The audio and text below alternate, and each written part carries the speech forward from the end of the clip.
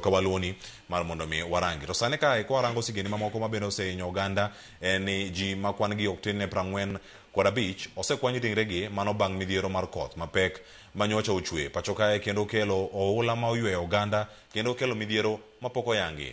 Magi timore e kinde ma anyuola medo chopo e kar kano ringre ma City e boma ma Nairobi mar yango ringre wedegi manyo kwany ka moko pod chiwo kwayo ne sirkal mondo miyo okonygi e yudo wedegi ma olal nyaka sani. Sinto Nyango miyowa chal mar tho mag koth.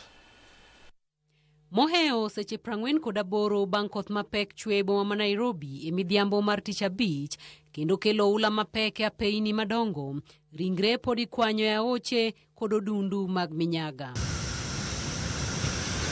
Nyaka sani, riwruok mar Kenya Red Cross oyango ni kwan ringre ma ok tin ne 43 osekwany e gwenge mopogore opogore ma pacho ka e kar kano ringre ma City kende e boma ma Nairobi, ringre ji maromo 25 osechwal. E kwani, anyuola 15 oseyango jogi, 10 manyo kama jogi nitie, ka 2 yudi ka sitima ochwado kendo rito nonro matut mar obila. E aoche ma Nairobi, ringre pod ikwanyo e bath aoche, ka e kwanni maduong' en mar joma chuo ka kar kano ringre ma City, wuon Philip Omondi, achiel kuom ji manokwany kowito ngimane ka achiel kod meneja mare i mitoka, bang' oula momogi e kar ohala ma Timol, ma giwito ngimagi oyango wuodgi. But report manwang'o kaka nyogi wuok nyoro, nyogi ni jariyo. Nyogi kod project manager, to project manager osebedo confirmed ni City mo jariyo tho. To according to report maginwang'o ka police wacho ni nyon wangi jariyo mtoka, to gite nyon wanga ka githo e mtoka. Makori in the other City mochari, ibro they confirm kadipone no mo kapone mo ni City mochari. Yeah, he's been working mostly on these promotional jobs. Yeah, these ones of, let me just say promotional jobs. Yeah, sales actually. Anyuola mar Rose, miyo matipo ne nyokere mbui ka ringre mare okwanyo e lap ma Uhuru Park, bang' pi ywaye kendo wito ngimane kaluwore kod oula mapek. Bende oyango tho mare ma giwacho ni nobedo kinde machuok bang' ka nowuok e tich kendo nodok e kar dak mare ma Kawangware. Na alitokea Thika akikuja mpaka town. Hiyo mafuriko yenye ilikuwa ndiye alipatikana Uhuru Park kama imepotesha maisha yake. Sasa hatujui vile serikali inatusaidia na ameacha mtoto wake.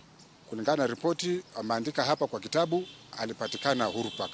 So hiyo damage ama hiyo shida inapatikana hiyo tunnel yenye walichimba pale hawajafunika. Ikinde manyuola pod medo chopo e kar kano ringre ma City yango ringre mosechwal kanyo, anyuola mar Beatrice Tuju kata kamano onge kod kwe kalore ni nyaka sani pok giyango kama entie. Kanyamin mare wacho ni kano loso kode mogik nonyiso luoro mar wito ngimane kalore kod pek mar oula manomwomo kar ohala mag Grogon bore Nairobi kamane entie kendo kelo tho mar jomoko. Karomo gimoro sa 3-4 achaka gocho ne nyathiwa itimo nang'o ni nyathiwa gini omedre koro sechopo matek ane wi mesa malo amako witado malo.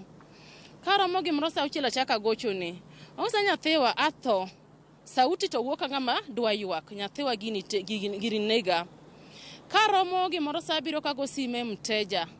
Anyuola gi medo kwayo serikal kod jogo machunygi ng'won mondo resgi e midhiero mojukogi kendo konygi chwalo ringre pacho ne chenro mag ik. Mimi ningeomba tu government isaidie ndugu yangu atoke mahali hapo pale, sijafurahia kumuona penye yako. Pamoja na Mr. President mahali popote huko.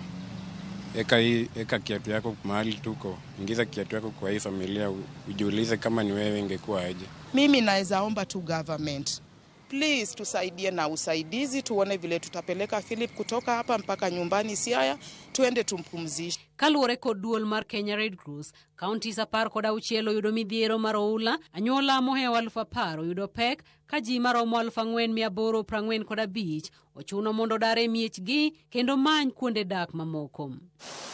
Kwayo makende koro ichwalo ne anyuola mapok oyango kama jogi nitie mondo gichope kuonde kano ringre mar yango moko kuom ringre mapok ofweny nondgi.